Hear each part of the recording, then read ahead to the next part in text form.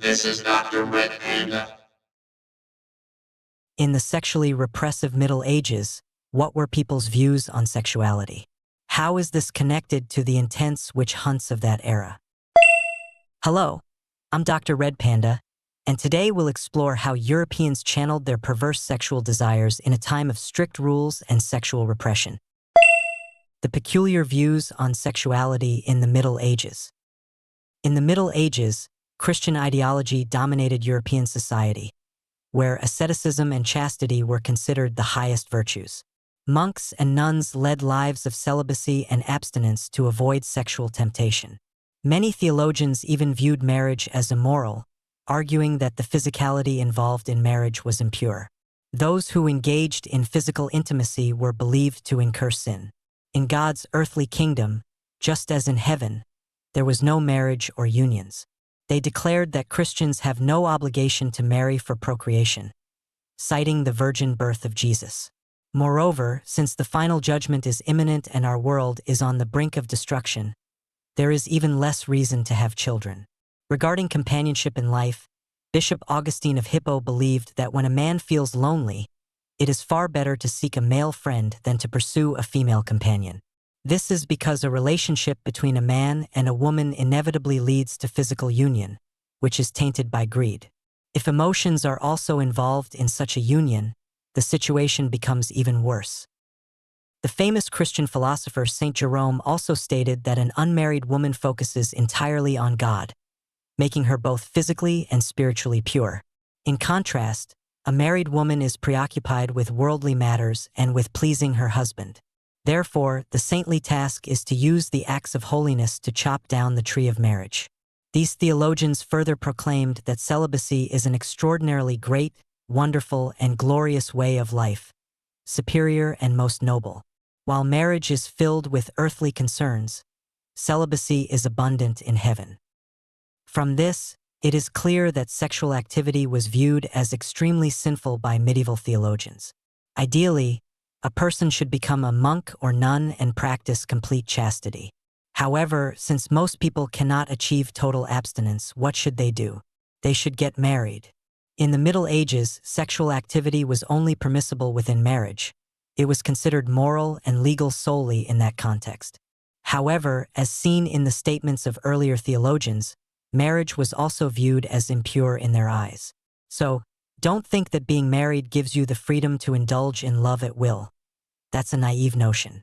At that time, sexual activity between spouses was expected to be rational and moderate, permissible only at specific times and places.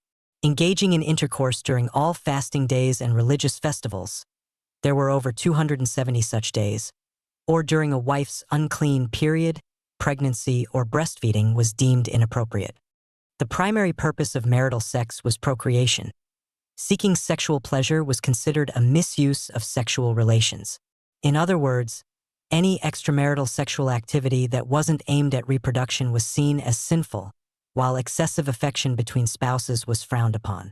Kissing and touching indecent parts of the body were considered serious, unnatural offenses.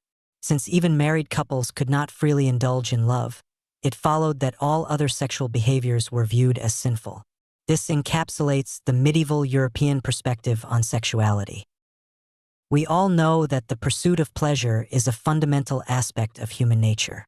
In such a repressive society, people naturally began to develop increasingly deviant behaviors. Coupled with the ravages of the Black Death in medieval Europe and the ensuing Little Ice Age that caused food shortages, life became unbearable, and the entire society accumulated a vast amount of emotions that needed to be released. So, how could they vent their frustrations? By overthrowing the government or the church. Who would have the courage for that? Instead, they redirected their anger towards scapegoats. And who were these scapegoats? Naturally, it was women. We know that men can do no wrong. Even if they do, it's always the woman's fault. In Greek mythology, the woman who brought various disasters upon humanity is Pandora. In the Bible, Eve, the first woman created by God, succumbed to the serpent's temptation and ate the forbidden fruit, becoming the scapegoat for humanity's expulsion from Eden. In the East, we have the story of Emperor Xuanzong and his beloved Yang Guifei. Although Yang Guifei was the most favored woman in the Tang dynasty, after the Lushan rebellion, she too was blamed for the chaos and was ultimately forced to her death at Maui Slope. The witch's hammer. So, men are both lazy and lustful, and it doesn't matter if they ruin politics. After all, women will bear the responsibility for everything. It can be said that holding women accountable for all wrongs is a consensus throughout history and across cultures. Thus, as medieval society reached its peak of oppression, a notorious and evil book was born. Malleus Maleficarum, usually translated as the Hammer of Witches, published in 1487 by Heinrich Kramer and other inquisitors in Germany. How did this book place all the blame for human suffering and disaster on women? Its logic is as follows. In the medieval church's ideology, physical pleasure is deemed unclean. Since physical pleasure is unclean, it must be related to the devil. Therefore, sexual desire is certainly a result of temptation by the devil. Then the question arises, why do men experience sexual desire? It is widely accepted that men do not err. Thus, men's sexual desire must be incited by women. But why do women entice men? They must be influenced by the devil. Therefore, the women who provoke men's unclean desires are guilty. They are witches in league with the devil. These witches, through the power of the devil, are responsible for disasters like the Black Death and famine. This logic is incredibly rigorous and persuasive. Thus, a witch hunt that lasted for centuries began. According to the reasoning in the witch's hammer, any woman could potentially be in league with the devil. If they are, they must be exterminated. And as long as these women are eliminated, the calamities will cease. So, how can one determine if a woman is in league with the devil? The authors outlined a series of bizarre methods for testing. In summary, as long as you are deemed guilty, there will always be a way to prove you are a witch. Consequently, from that point on, any woman who slightly displeased men faced dire consequences. If she engaged in business and threatened a man's livelihood, she was certainly a witch. If she chose to live alone and remain unmarried, she was definitely a witch. And if she was married but had no children, she was surely a witch. The extremely perverse witch hunt. In this way, thousands of innocent women were tied to the pyre. However, simply binding someone to the stake to be burned only satisfied men's desire for violence and did not fulfill their sexual urges. Therefore, typically, witches were subjected to interrogation by the Inquisition before being paraded and ultimately burned. The entire process of examining and executing witches was, in fact, a means of inflicting various forms of sexual abuse and humiliation upon women. For women, it was a torment worse than death.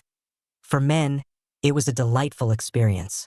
In an era that promoted abstinence and lacked video recordings, every time a witch was interrogated, men could legally engage in a thrilling game of sexual abuse, committing sexual crimes without facing any punishment. Why wouldn't they indulge in such opportunities? At that time, Spain even had a trend of public confession rituals, which seemed serious but, as depicted in paintings, resembled lively outdoor spectacles. For these reasons, whenever there was a plague or other disaster, a fervent witch hunt would inevitably follow. Each time a witch was executed, the event drew massive crowds. The witch hunt movement began in 12th century Europe and peaked in the 16th century, with its repercussions lasting into the 18th century. During this dark period, millions of innocent people suffered persecution. In Scotland, during the reign of King James VI, a panic over witchcraft led to nearly 4,000 accusations, with 2,600 executions. The stupidity of humanity. In fact, persecution movements are not unfamiliar to us. Various forms of persecution have occurred throughout the history of every civilization. Take the Red Scare in the United States, for example.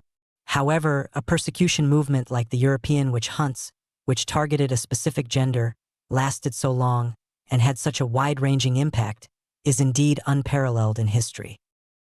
Although the witch hunts that spanned several centuries also executed some men, over 85% of the victims were women. Why is that?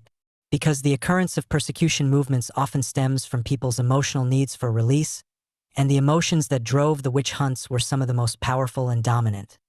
that is, sexuality. When men's perverse sexual desires were allowed to be released, the extreme religious ideologies also maintained their control. This explains why the stricter the religious codes, the more tragic the situation for women becomes. When men lack the courage to confront the authorities that oppress them, the best way to seek release is through women.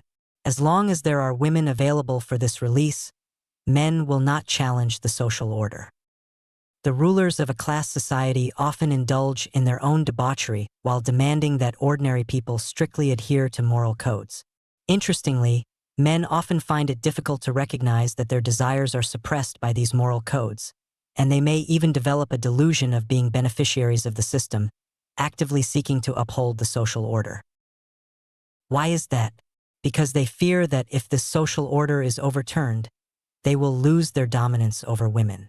They fail to realize that if this perverse social order were truly dismantled, men and women could freely celebrate love without needing witch hunts to fulfill their sexual desires. Therefore, the witch hunts reflect not only humanity's evil but also its stupidity. And that's a wrap for this episode of the video. I'm Dr. Red Panda. If any of you have your own perspectives or if you think there are any errors in the video, feel free to leave a comment in the discussion section. If you found this video helpful, don't forget to subscribe and give it a thumbs up.